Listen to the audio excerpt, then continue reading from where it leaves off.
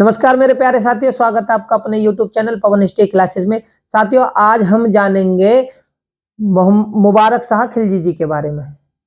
इसके बारे में मुबारक शाह खिलजी जी के बारे में और उनके साम्राज्य के बारे में कि इनके साम्राज्य से ऐसे कौन कौन से महत्वपूर्ण वाक्य हैं जिनके आधार पर पेपरों में क्वेश्चन पूछे जाते हैं। भाई, क्वेश्चन किस प्रकार से पूछे जाएंगे वो हम अपने आने वाले वीडियो के माध्यम से आपको बताएंगे।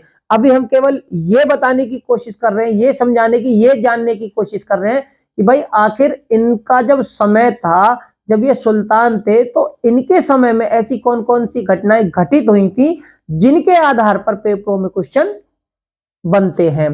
तो जब आप लोग जब ये जान जाएंगे कि भाई इनके शासन के समय में ये घटनाएं घटित हुई थी, तो आप फिर ये समझ लीजिए पेपर में किसी भी प्रकार से क्वेश्चन अगर आ जाएगा तो आप उसका आसानी से जवाब दे दोगे। तो मेरे प्यारे साथियों, अलाउद्दीन के बाद में दिल्ली सल्तनत पर शासन करने वाले जो शासक थे, अब हम उनके बारे में जानेंगे कि इनके समय में कौन कौन सी महत्वपूर्ण घटनाएं घटी थी।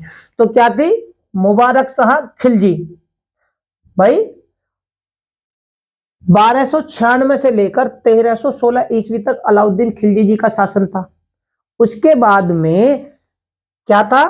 1316 से और 20 ईस्वी तक मुबारक शाह खिलजी जी का शासन था। तो अब हम इन्हीं के शासन से संबंधित जानेंगे। तो क्या था?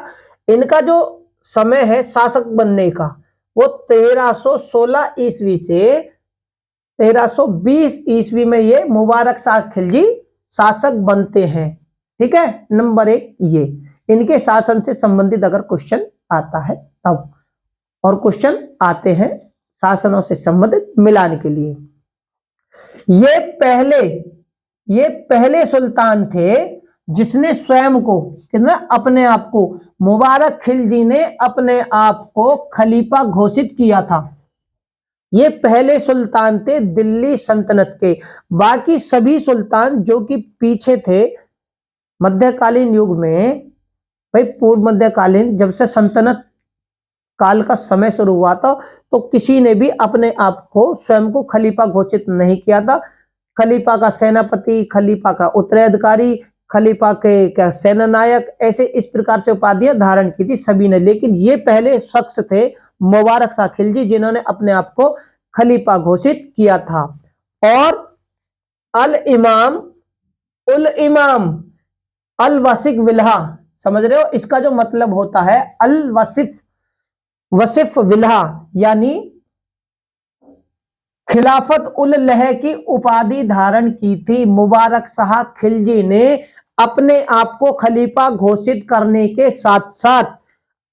उल इमाम और खिलाफत उल लह की उपाधियां धारण की थी। इनके मंत्री कौन थे जब ये सुल्तान बने थे? इनके मंत्री थे खुसरो जो कि गुजरात से थे। जो इनके मंत्री थे खुसरो थे, वो गुजरात से थे और ये हिंदू थे, गुजरात के हिंदू थे। और इन्होंने बाद में इस्लाम धर्म को कबूल कर लिया था, जिसके कारण ये जो है खुसरो खां बन जाते हैं।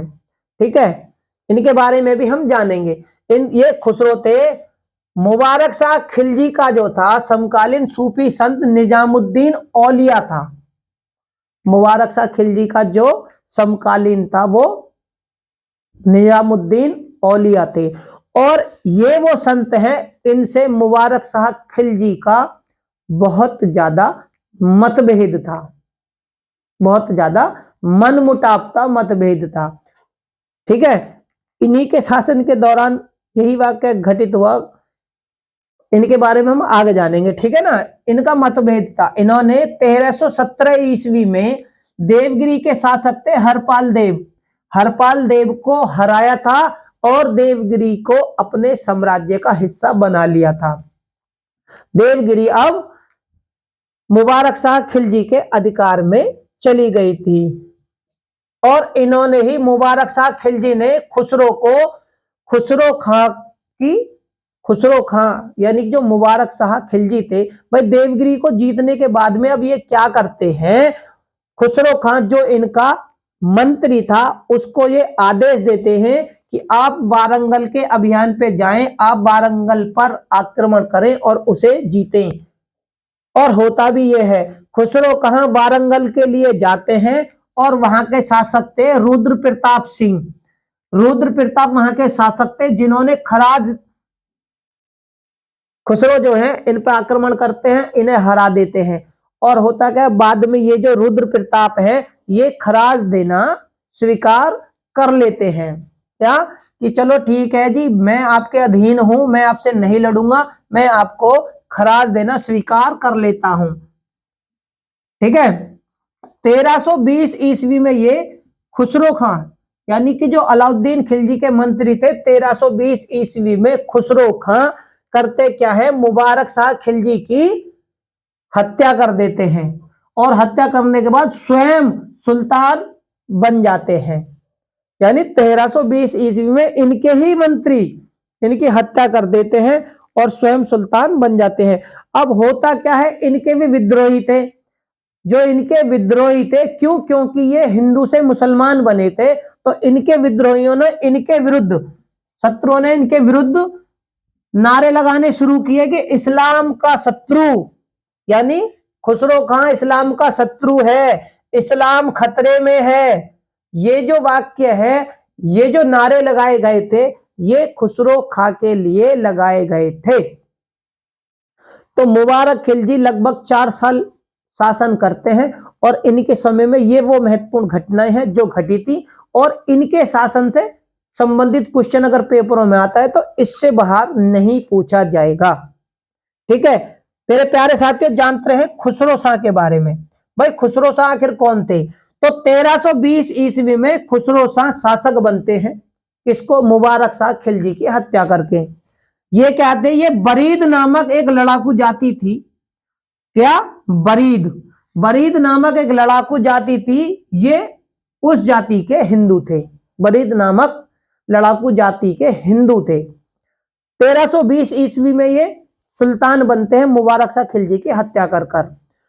इनका जो नाम था, खुसरो साहब बनने से पहले हसन नाम था इनका। इनका नाम हसन था और सुल्तान ने, यानी मुबारक शाह खिलजी ने ही इनको खुसरो खां की उपाधि दी थी। मुबारक शाह खिलजी ने इन्हें खुसरो खां की उपाधि दी थी और अपना मंत्री यानी अपना वजीर बनाया था। तो मैंने हमेशा आपको एक जानकारी देने की कोशिश की है मेरे प्यारे साथियों, कि जितने भी राजा हैं जब एक दूसरे पर आक्रमण करते थे तो उसी आक्रमण का फायदा उठाकर इनके वजीर, नायाब और सामंत, प्राचीन समय में सामंत हो गए, यहां पर इनके नायाब, वजीर ये हो गए। ठीक है ना। ये क्या करते थे? इसी की चीज का फायदा उठाकर खुद सुल्तान बन जाते थे, खुद अपने आप को राजा घोषित करते थे, या फिर कोई कमजोर राजा हो या सुल्तान हो तो उसकी हत्या करके खुद बन जाते थे। ठीक है ना। ज्यादातर इतिहास में यही घटनाक्रम ज्यादातर चलता आया है। तो होता भी है कि देखो मंत्री थे, उनकी हत्या करके खुद सुल्तान बन गए। और वो भी ऐसे ही थे, क्योंकि जितना भी आप मध्यकालीन इतिहास, सल्तनत काल को देखेंगे तो एक दूसरे की हत्या करके ही राजा बने हैं। और प्राचीन इतिहास को अगर उठा के देखेंगे तो उसमें एक दूसरे पर जब आक्रमण करते थे, इसमें हत्या करके राजा बनते थे। उसमें पहले एक दूसरे पर आक्रमण करते थे एक दूसरे के राजा, और जब वो कमजोर हो जाती थी उनकी शक्ति, तो उनके सामंत फिर बाद में उनकी इसी शक्ति का फायदा उठाते थे। इसमें हत्याएं करके मौके का फायदा उठाते हैं, हत्या करते हैं, सुल्तान बन जाते हैं। सुल्तान ने इन्हें अपना वजीर भी बनाया था। इसके बाद में क्या होता है, ये मुबारक शाह खिलजी की हत्या करते हैं खुसरो शाह, और उसके बाद में देवल देवी से विवाह कर लेते हैं। और इन्होंने पैगंबर के सेनापति, देखो मैंने अभी आपको जानकारी दी थी कि सभी ने पैगंबर के सेनापति की, नायब की, उत्तराधिकारी की, इस तरीके की क्या उपाधियां ली है। लेकिन ये जो क्या थे, मुबारक शाह खिलजी स्वयं को खलीफा घोषित करते हैं। ठीक है। उन्होंने ये उपाधि कौन सी? खिलाफतुल्लाह की उपाधि धारण करी। लेकिन इन्होंने किसकी करी? खुसरो शाह ने।